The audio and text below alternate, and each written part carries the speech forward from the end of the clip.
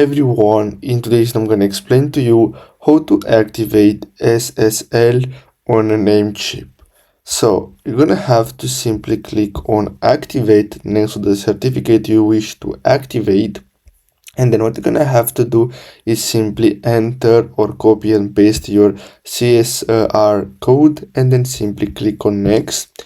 Now what you're going to have to do is simply select the domain control validation method DCV to confirm your domain ownership from the drop down list, and then simply click on next. Now, on the next step, enter your email address you'd like to receive an SSL certificate to and proceed further.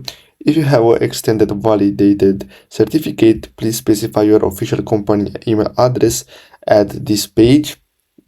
And basically, after you enter all the information here, you're gonna have to simply click next and then simply review the information and then simply click on submit. And basically, once done, you'll be taken to the certificate management page where you can view the order ID, certificate authority's order ID, and other details of the certificate. And basically that's all you have to do. So I really hope you found this video helpful. Don't forget to like and subscribe, and I'll see you in the next video. Thanks for watching.